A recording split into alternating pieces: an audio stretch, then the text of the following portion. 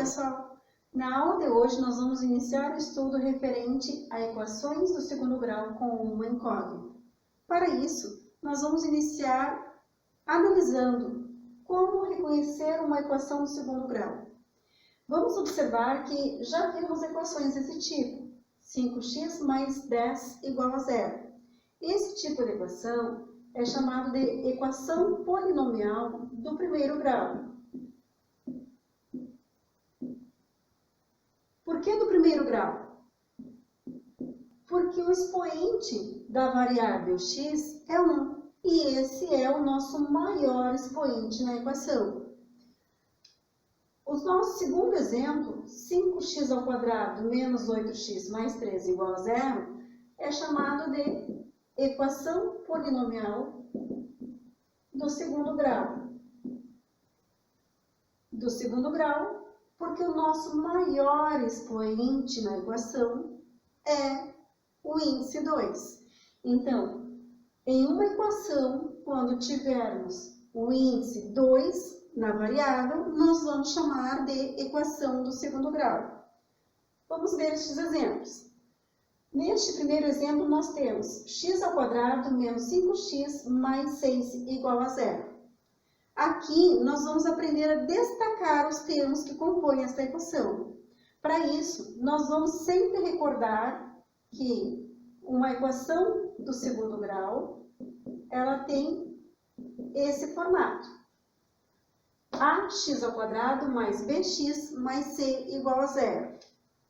Onde a, b e c são coeficientes numéricos.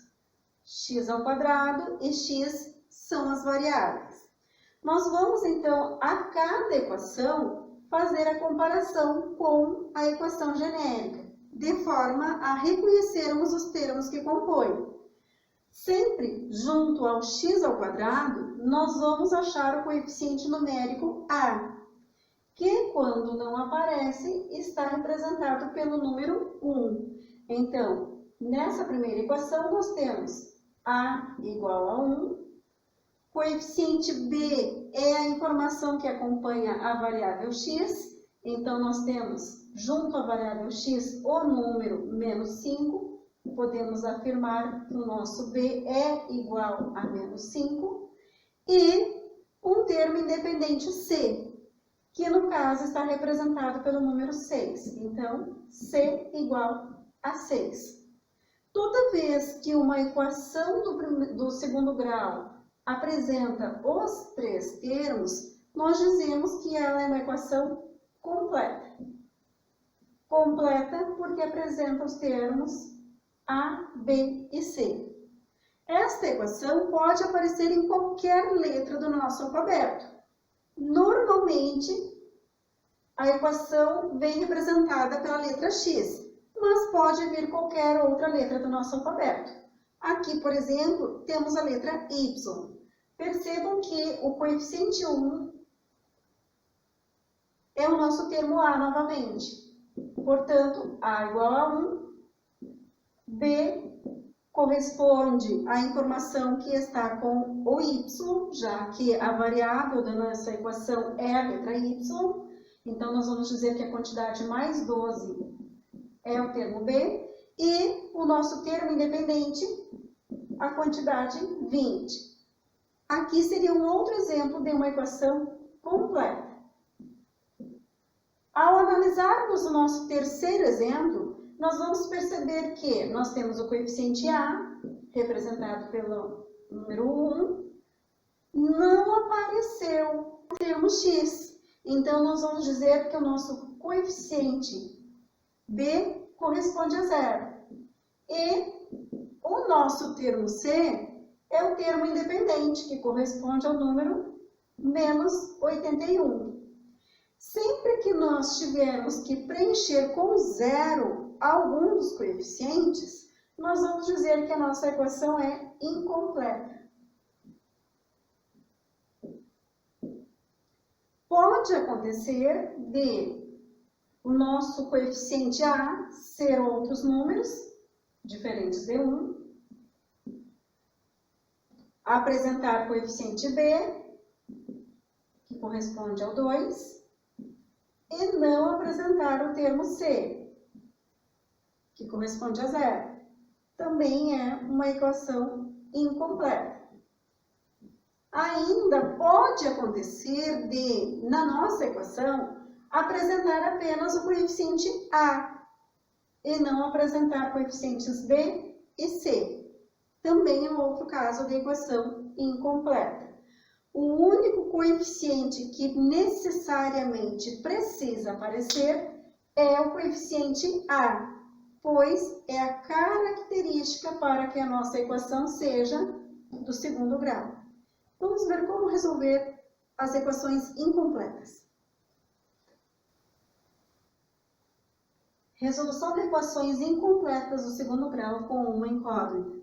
Vamos recordar, então, que as equações incompletas podem ser do formato ax² mais bx igual a 0 ou ax² mais c igual a 0. Antes de afirmarmos que a equação é de um caso ou de outro, nós vamos cuidar para ver se ela já está organizada. Organizada significa estar em todos os termos no primeiro membro. Então, neste caso, a primeira ação é escrever todos os termos no primeiro membro. Como a quantidade 3x estava somando, passou para o primeiro membro, subtraindo. Por isso, o sinal que era mais passou a ser menos, igual a 0.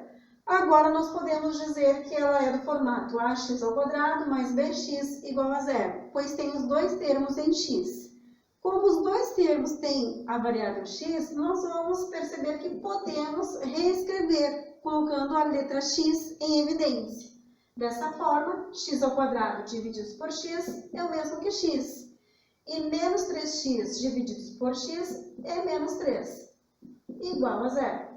Reescrevemos a nossa equação. Agora nós vamos separar em duas equações, onde uma delas corresponde a x igual a 0. E aí já temos a equação resolvida. A segunda vai ser a quantidade x menos 3 igualada a 0. Assim, nós ficamos com a equação do primeiro grau e sabemos que a equação do primeiro grau, isolamos a variável no primeiro membro e passamos o coeficiente independente para o segundo membro. Assim, x é igual a 3. Essas seriam as duas respostas da nossa equação. Se usarmos fazer a substituição na equação inicial, nós vamos ter a quantidade 0 no lugar da letra x. 0 ao quadrado é 0 e 3 vezes 0 é 0 também, ou seja, 0 igual a 0. A quantidade 3 no lugar do x. 3 ao quadrado, 9, e 3 vezes 3 também é 9. Então, fizemos a validação das duas respostas e vimos que as duas respostas são aceitáveis. No nosso segundo exemplo, nós temos 9x² menos 16 igual a 0. A equação já está organizada e no formato ax² mais c, pois tem o termo A e tem o termo C. Neste caso, nós vamos passar gradativamente as informações para o segundo membro.